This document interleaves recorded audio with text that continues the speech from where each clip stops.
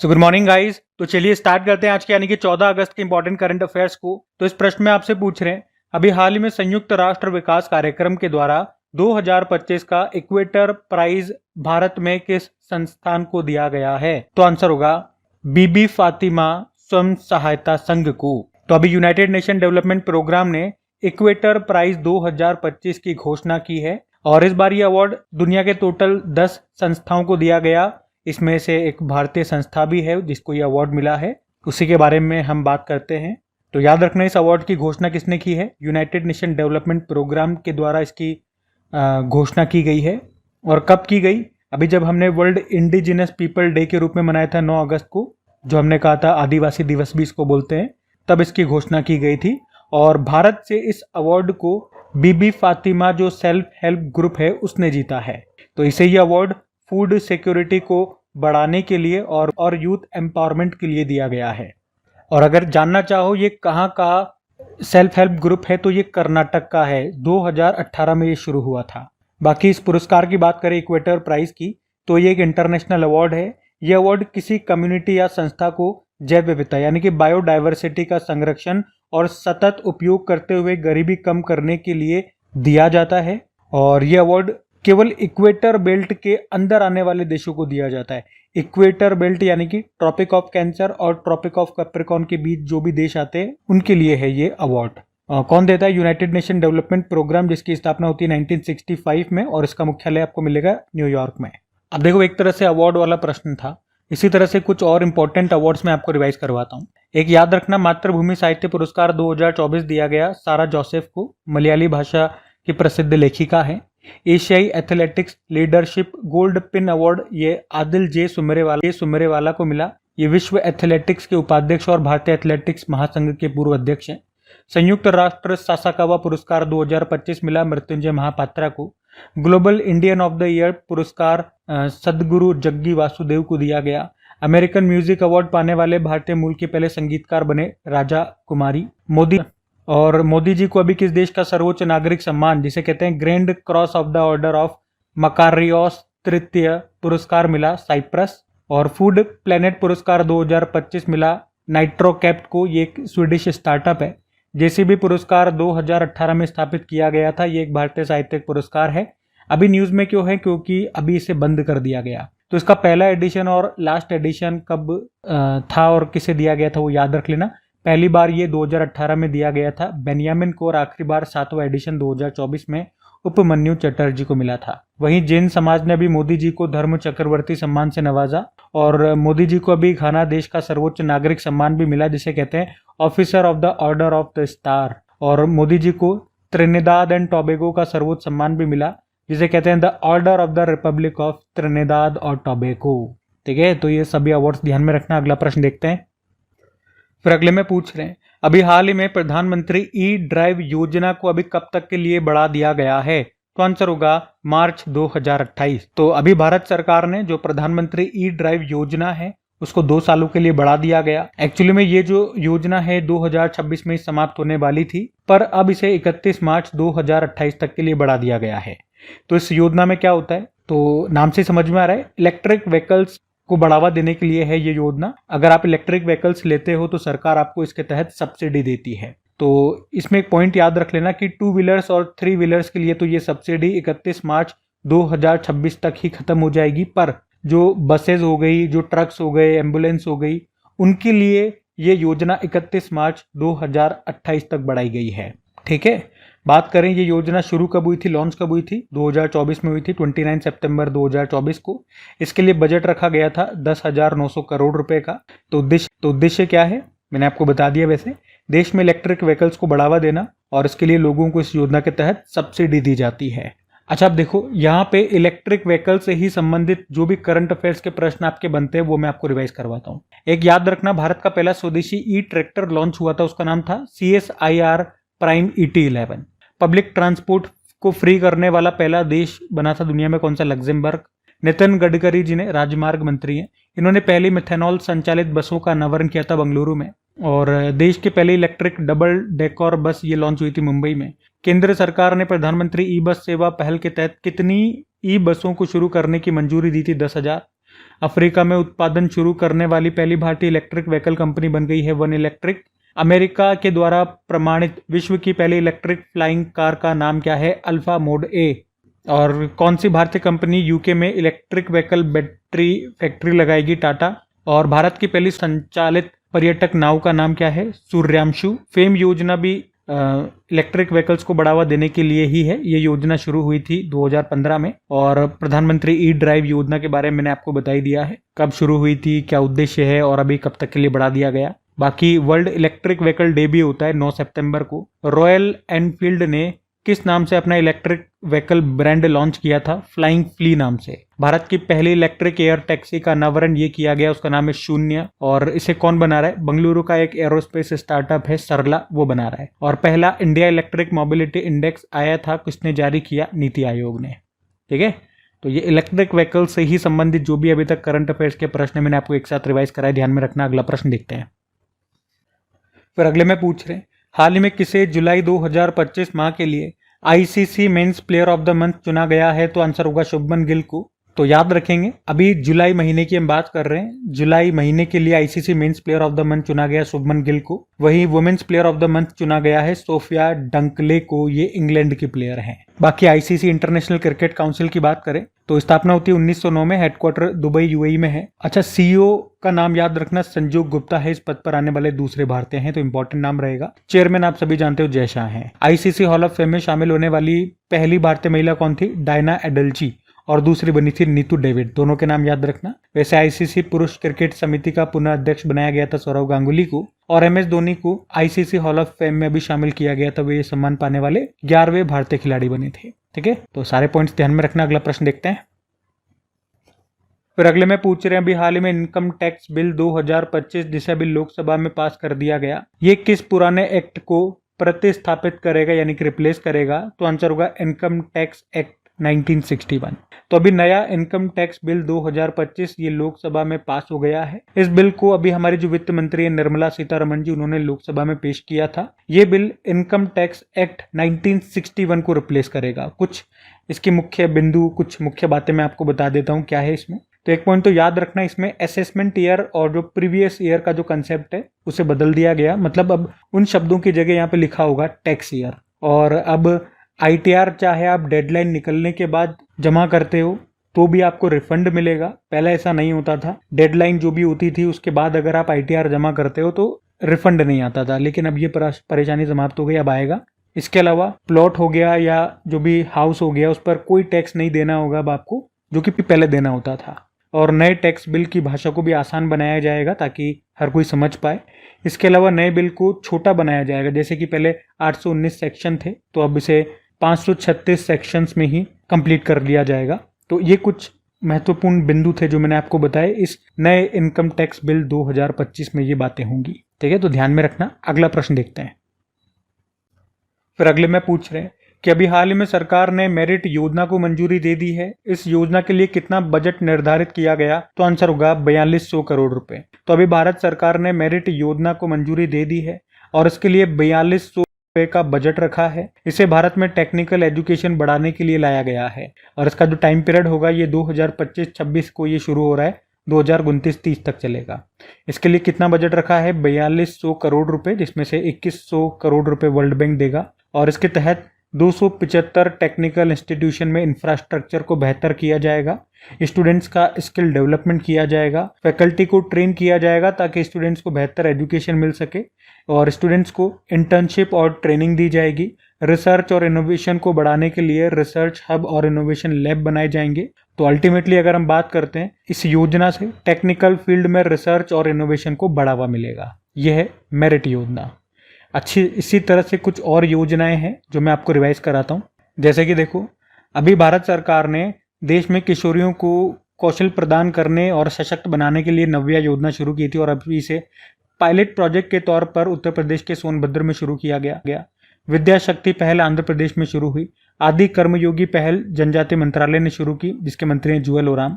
सभी ग्राम पंचायतों में विवाह मंडप योजना को मंजूरी दी बिहार ने। जन सुरक्षा संतुष्टि अभियान गुजरात में। राजभवन अन्नधन योजना गोवा, पंडित दीनदयाल उपाध्याय गरीबी मुक्त ग्राम योजना राजस्थान, डिजी लक्ष्मी योजना आंध्र प्रदेश, मुख्यमंत्री सेहत योजना पंजाब, गज मित्र योजना असम में शुरू हुई, शक्ति श्री कार्यक्रम उड़ीसा में, एक सड़क एक दिन योजना दिल्ली, कृषि समृद्धि योजना महाराष्ट्र और सेतु बंद विद्वान योजना शिक्षा मंत्रालय ने, अन्नदाता सुखी भव योजना आंध्र प्रदेश, नारी अदालत और आमा सशक्तिकरण योजना भी सिक्किम ने शुरू की। लगभग 16 इंपॉर्टेंट योजनाएं मैंने आपको रिवाइज कराई है, ध्यान में रखना। अगला प्रश्न देखते हैं। फिर अगले में पूछ रहे हैं, हाल ही में जारी नंबियो सेफ्टी इंडेक्स मिड 2025 रैंकिंग में भारत के किस शहर को शीर्ष स्थान मिला है? तो आंसर हो जाएगा यहाँ पे मंगलोर। तो अभी हाल ही में जारी नंबियो सुरक्षा सूचकांक में नंबियो सेफ्टी इंडेक्स 2025 में भारत का सबसे सुरक्षित शहर ये कर्नाटक का मंगलुरु बताया गया। दूसरे स्थान पे वडोदरा, तीसरे पे अहमदाबाद। भारत में हम बात कर रहे हैं।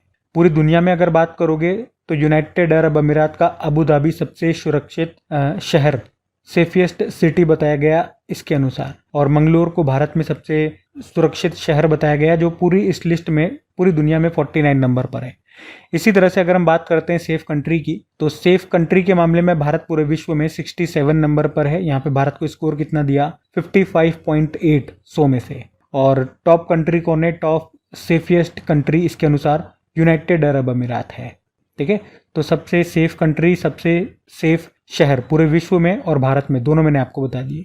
बाकी एक तरह से इंडेक्स वाला प्रश्न है। चलो इंडेक्स से ही संबंधित कुछ इंपॉर्टेंट सूचकांक इंडेक्सेस मैं आपको रिवाइज कराऊं। एक याद रखना भी, ग्लोबल विंडो रिपोर्ट 2023 थी, इसमें भारत चौथे स्थान पे था, टॉप पे चाइना है। फिस्कल मॉनिटर रिपोर्ट डेप्ट टू जीडीपी रेशियो में टॉप पे सूडान है, भारत 31 पे है। इसको इंटरनेशनल मॉनेटरी फंड ने जारी किया था। मानव विकास सूचकांक भारत 130वें नंबर पर है, टॉपर आइसलैंड है।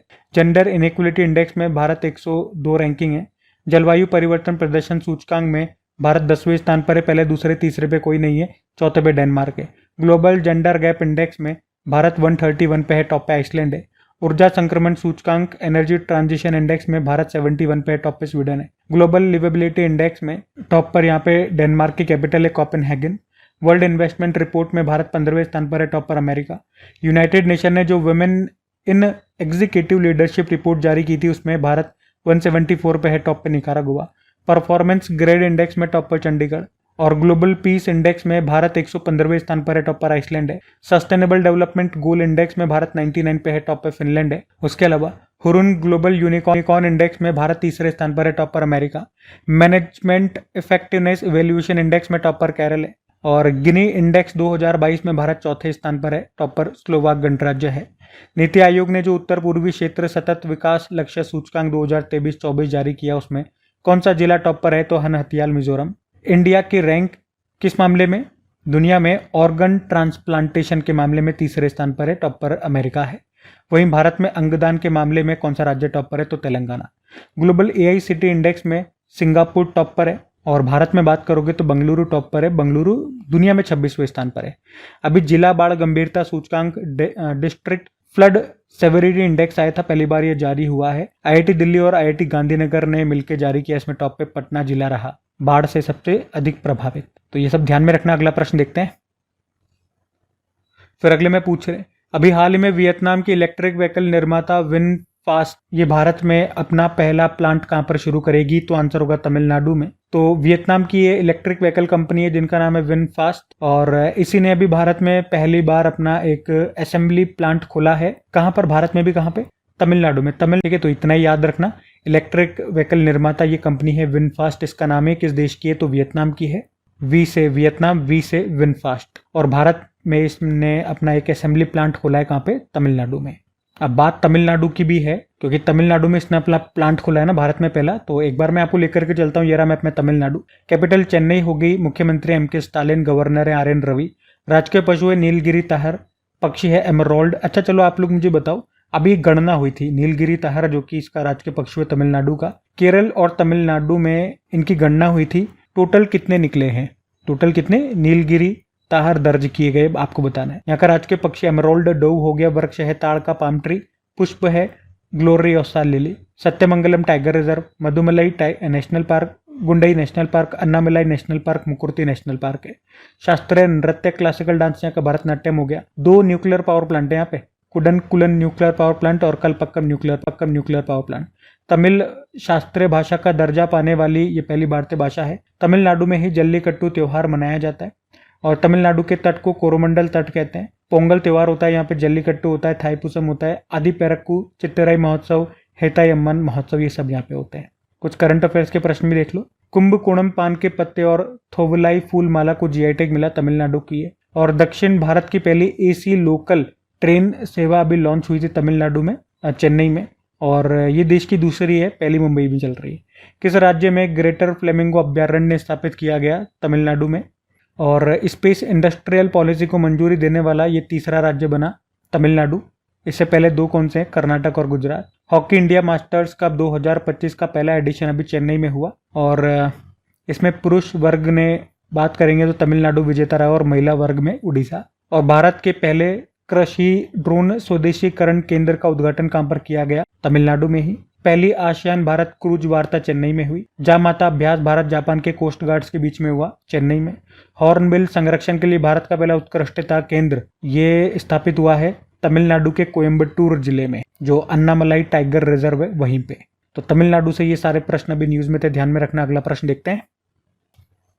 फिर अगले में पूछ रहे, हाल ही में किस देश ने बलूच लिबरेशन आर्मी को आतंकी संगठन घोषित किया है? तो आंसर होगा अमेरिका। तो अभी अमेरिका ने बलूचिस्तान लिबरेशन आर्मी और इसकी सुसाइड विंग है मजीद ब्रिगेड, जिसको आधिकारिक रूप से अभी विदेशी आतंकी संगठन घोषित कर दिया है। आपको बता दूं, ये वही आतंकी संगठन है जिसने अभी कुछ समय पहले पाकिस्तान में एक पैसेंजर ट्रेन है जफर एक्सप्रेस ट्रेन, उसका अपहरण किया था। और अभी इन दोनों को अमेरिका ने आतंकवादी संगठन घोषित कर दिया है। आपको एक और पॉइंट यहाँ से याद दिला दूं, अभी आपको याद भी होगा जम्मू कश्मीर के पहलगाम हमले में जिम्मेदार कौन था? द रेजिस्टेंस फ्रंट नाम का जो संगठन है, और फिर बाद में उसको अमेरिका ने आतंकवादी संगठन घोषित किया था। वैसे हमने उसके खिलाफ सिंदूर ऑपरेशन चलाया था, लेकिन मैं यहाँ पे सिर्फ इतना सा बता रहा हूँ, जिस तरह से अभी अमेरिका ने इसको बलूचिस्तान लिबरेशन आर्मी को और मजीद ब्रिगेड को आतंकवादी संगठन घोषित किया, उसी तरह से पहलगाम पे जिसने हमले की जिम्मेदारी ली थी, जिसने हमला किया था द रेजिस्टेंस फ्रंट, उसको भी अमेरिका ने आतंकवादी संगठन घोषित किया था। बाकी बलूचिस्तान लिबरेशन पार्टी की अगर बात करते हैं तो इसकी स्थापना बताई जाती है सन 2000 की। ये पाकिस्तान के बलूचिस्तान प्रांत की आजादी के लिए लड़ने वाला अलगाववादी सशस्त्र जुटों में प्रमुख है। मतलब जो बलूचिस्तान को पाकिस्तान से अलग करके एक नया देश बनाना चाहते हैं, ये उन लोगों का संगठन है। लेकिन ये तरीके गलत अपनाते हैं, गलत गलत हरकतें करते हैं, लोगों को मारते हैं, हत्याएं कर देते हैं, अपहरण कर लेते हैं, तो आतंकवादी संगठन है ये। अब बात अमेरिका की हो रही है, तो आप सभी जानते हो ये रहा मैप में अमेरिका। कैपिटल वॉशिंगटन डीसी हो गई। वर्तमान में प्रेसिडेंट है डोनाल्ड ट्रंप 47 नंबर के, इनकी पार्टी है रिपब्लिकन पार्टी, और वाइस प्रेसिडेंट है JD Vance, James David Vance. America से कुछ पॉइंट्स आपको रिवाइज कर रहा हूं, तो याद रखना अभी 14 अप्रैल को न्यूयॉर्क ने डॉक्टर भीमराव अंबेडकर दिवस घोषित किया था। रोमन कैथोलिक चर्च के पॉप बने थे कौन? Robert Francis. ये इस पद पर आने वाले पहले अमेरिकी हैं। वैसे उन्होंने अपना नाम क्या रखा? पॉप लियो 14। और अमेरिकी राष्ट्रपति डोनाल्ड ट्रंप ने द्वितीय विश्व युद्ध की स्मृति में किस दिन को विजय दिवस घोषित किया था? 8 मई को। गोल्डन डॉम मिसाइल रक्षा कवच योजना की घोषणा किसने की? डोनाल्ड ट्रंप ने। वैसे इससे पहले अमेरिका के पास ऑलरेडी एक एयर डिफेंस सिस्टम है जिसे थाड़ कहते हैं। और अमेरिकन म्यूजिक अवार्ड पाने वाली भारतीय मूल की पहली संगीतकार राजा कुमारी बनी। टाइगर क्लो अभ्यास पहली बार हुआ, एक वायुसैन्य अभ्यास है भारत और अमेरिका के बीच में उत्तर भारत में। एआई डीप फेक के विरुद्ध टेक इट डाउन एक्ट किसने पारित किया? अमेरिका। गोल्डन डॉम मिसाइल रक्षा कवच योजना की घोषणा की अमेरिका, ये हमने ऊपर ही पढ़ लिया ना, वही है।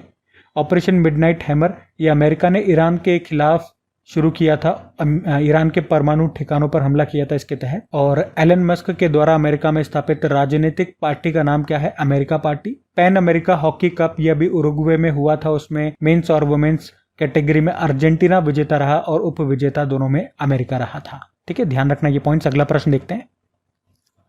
फिर अगले में पूछ रहे हैं कि अभी हाल ही में देश के किस अंतरराष्ट्रीय हवाई अड्डे को इंटरनेशनल आर्किटेक्चरल अवार्ड 2025 मिला है? तो आंसर होगा लोकप्रिय गोपीनाथ बारदोलाई हवाई अड्डा।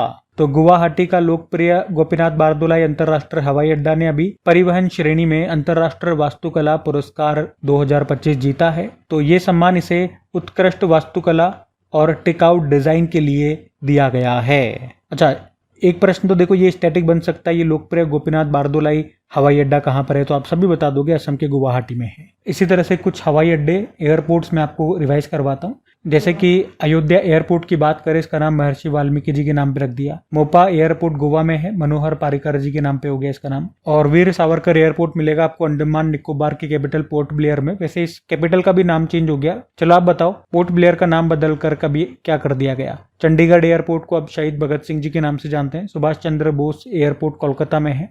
लाल बहादुर शास्त्री एयरपोर्ट वाराणसी में। जेवर एयरपोर्ट नोएडा में। बाबा साहब अम्बेडकर एयरपोर्ट नागपुर में। केम्पेगौड़ा एयरपोर्ट बेंगलुरु में। चौधरी चरण सिंह एयरपोर्ट लखनऊ में। जयप्रकाश नारायण इंटरनेशनल एयरपोर्ट पटना बिहार में। पुणे एयरपोर्ट को अब जगत गुरु संत श्रेष्ठ तुकाराम महाराज जी के नाम से जानते हैं। तो ये सारे एयरपोर्ट्स आप ध्यान में रखना इंपॉर्टेंट रहेंगे। हम अगला प्रश्न देखते हैं। फिर अगले में क्या पूछ रहे हैं, अभी हाल ही में भारतीय दल ने एशियाई अंडर 19 और अंडर 22 मुक्केबाजी चैंपियनशिप 2025 में कुल कितने पदक जीते हैं, तो आंसर होगा 27 पदक। हम बात कर रहे हैं एशियन अंडर 19 और अंडर 22 बॉक्सिंग चैंपियनशिप 2025 की, जो हुआ कहाँ पे, बैंकॉक थाईलैंड में हुआ। भारत ने यहाँ पे टोटल 27 मेडल जीते, जिसमें भी बात करोगे तो अंडर 19 में 14 मेडल हैं, जिसमें 3 गोल्ड हैं, और अंडर 22 में 13 मेडल हैं, जिसमें से 1 गोल्ड है। और एशियन बॉक्सिंग कॉन्फेडरेशन की बात करें, इसका मुख्यालय अस्ताना कजाकिस्तान में है और स्थापना होती 1962 में। बाकी ये थी आज की हमारी करंट अफेयर्स की क्लास। कमेंट करके जरूर बताना सेशन कैसा लगा, अच्छा लगा तो वीडियो को शेयर करना अपने दोस्तों के साथ में स्टडी ग्रुप में। लाइक नहीं करा तो वीडियो को लाइक जरूर कर देना। बाकी इनकी प्रैक्टिस के लिए आपकी क्विज डेली तैयार होती है आपकी क्रैक एग्जाम एप्लीकेशन पे, और अब वहाँ पे वीकली और मंथली क्विज भी तैयार हो रही है अगस्त महीने से ही। तो प्रैक्टिस आप करते रहिए ताकि एग्जाम टाइम पे कोई भी क्वेश्चन आप भूलो नहीं, मिस नहीं हो आपसे। तो प्रैक्टिस बहुत ज़रूरी है, तो क्विज आप ज़रूर लगाएं ताकि आपको भी पता लगे कि कितनी चीज़ें आपको याद है और कितने आप भूल चुके हो। जब टेस्ट में वह नंबर आएंगे ना तो आपको पता लगेगा। बाकी पीडीएफ आपको मिली जाती है डेली टेलीग्राम चैनल पे, जिसका लिंक डिस्क्रिप्शन बॉक्स में है। एप्लीकेशन का भी, क्रैक एग्जाम एप्लीकेशन का लिंक भी डिस्क्रिप्शन में है, या डायरेक्ट आप उसे गूगल प्ले स्टोर से भी इंस्टॉल कर सकते हैं। बाकी चलो अभी कल के करंट अफेयर्स का हम क्विक रिविजन कर लेते हैं और सेशन एंड करते हैं। तो कल पहला प्रश्न आपसे पूछा था, बीएसएफ ने कहां पर ऑपरेशन अलर्ट नाम से एक सुरक्षा अभियान शुरू किया, तो राजस्थान। फिर पूछा, अंतर्राष्ट्रीय युवा दिवस मनाया गया 12 अगस्त को। भारतीय सेना ने कहां पर ड्रोन प्रतियोगिता सूर्य द्रोणनाथन 2025 का आयोजन किया, हिमाचल प्रदेश। सोशल मीडिया के माध्यम से धोखाधड़ी की गतिविधियों का पता लगाने के लिए गरुड़ दृष्टि नाम से एक प्रणाली, एक सिस्टम को लॉन्च किया महाराष्ट्र ने। और भारत की सबसे लंबी दूरी तय करने वाली वंदे भारत ट्रेन अभी कौन सी बन गई है, नागपुर पुणे वंदे भारत एक्सप्रेस। भारत का पहला ड्रोन एआई संचालित कृत्रिम वर्षा प्रयोग अभी कहां पर किया गया, कहां पर शुरू हुआ, जयपुर में। जोमेटो के ब्रांड एम्बेसडर शाहरुख खान बन गए। और वर्क फॉर विकसित भारत नाम से एक पोर्टल अभी लॉन्च किया नीति आयोग ने। तो पूछा था, भारत में पहली बार विश्व एथलेटिक्स कांस्य स्तरीय महाद्वीपीय प्रतियोगिता ये कहां पर हुई, उड़ीसा में। चलिए कल का भी होमवर्क प्रश्न देखते हैं और सेशन एंड करते हैं। तो कल आपसे पूछा था, भी भारतीय बैंक संघ के सीईओ के रूप में भी किसे नियुक्त किया गया, तो सही उत्तर होगा अजय भादु। आप सभी ने प्रश्न का बिल्कुल सही उत्तर दिया। अब ये रहा आज का आपका होमवर्क प्रश्न।